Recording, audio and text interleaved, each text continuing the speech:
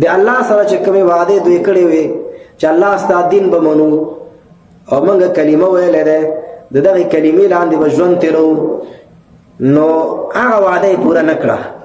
د کلمې غوښتنې او تقاضاوې دا یې په ژوند کې رانهوست.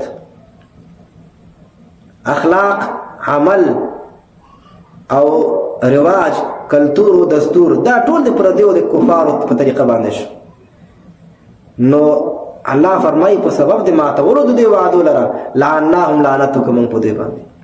د یهودیانو چې کله د الله وعده ماته کړه، الله یې په زړونو باندې سخوالی راوست، زړونه یې سخت کړل. لکه اوله سپاره کې راغلي وو که نه، ثم قست قلوبکم من بعد ذلک فهی کالحجارة او اشد قسوه. زړونه یې ډېر سخت شول. دا په څه وجه؟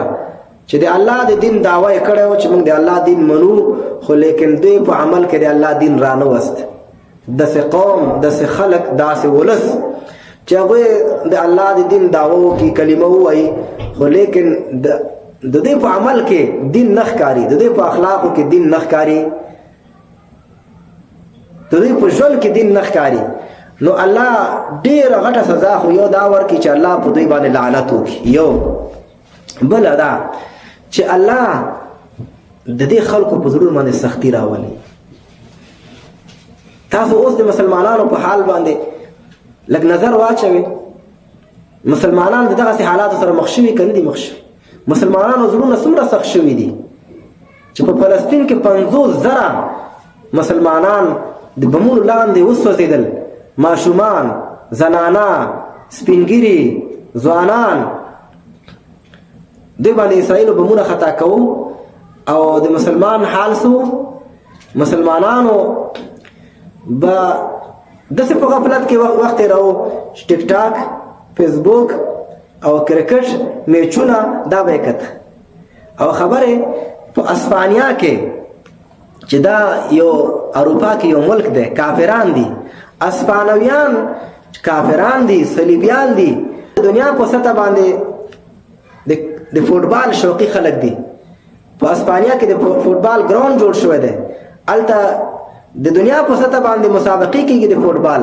کله چې یهودیانو په فلسطین حمله وکړه، نو اسپانویانو خپل حکومت ته وویلې که فوټبال څه کال میچ وشو، نو موږ به د فوټبال په ګراوند کې موږ به اور لګوو، ځکه موږ خو بشر دوستان یو. هلته په بشریت باندې بمونه وریږي او موږ د فوټبال سټیډیم ته ځو، موږ د فوټبال ګورو. څه کال به فوټبال نه کېږي.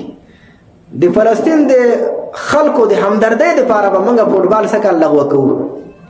کافران دا د کافرو کارو ښه، دا مسلمانان نو، کافرانو په خپل وطن کې د فوټبال لوبه کینسل ک، دا یې ختم ک. ولې؟ وایي په فلسطین کې په بشریت باندې ظلم روان دی او مسلمانانو څه کولو؟ الله اکبر. د مسلمانانو ځوانانو څه کولو؟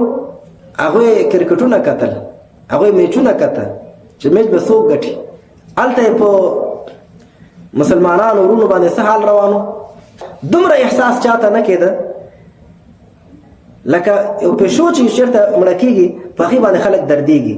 خو نن مسلمان زړه دومره کلک شوی دی، د مسلمانانو زړونو کې دومره سختي پیدا شو.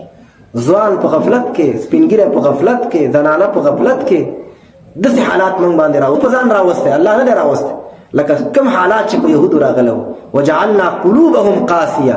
الله فرمایي د دوی د بدو اعمالو په وجه باندې د دوی په زړونو باندې سختي راوست، زړونه یې سخت شول. بیا په انسانیت باندې د درد او غم د دوی زړونه وویستلی شو. په چا دردېدل نه، په چا ځورېدل نه. به د ده خواهشات چې پوره کېږي، نور دنیا که سوځي، که دنیا تباه کېږي، که بربادېږي. فبما نقضهم میثاقهم لعناهم وجعلنا قلوبهم قاسیه. عین همدغه حال نن په مسلمان باندې راغلی. مسلمان د مسلمان په درد نه دردېږي.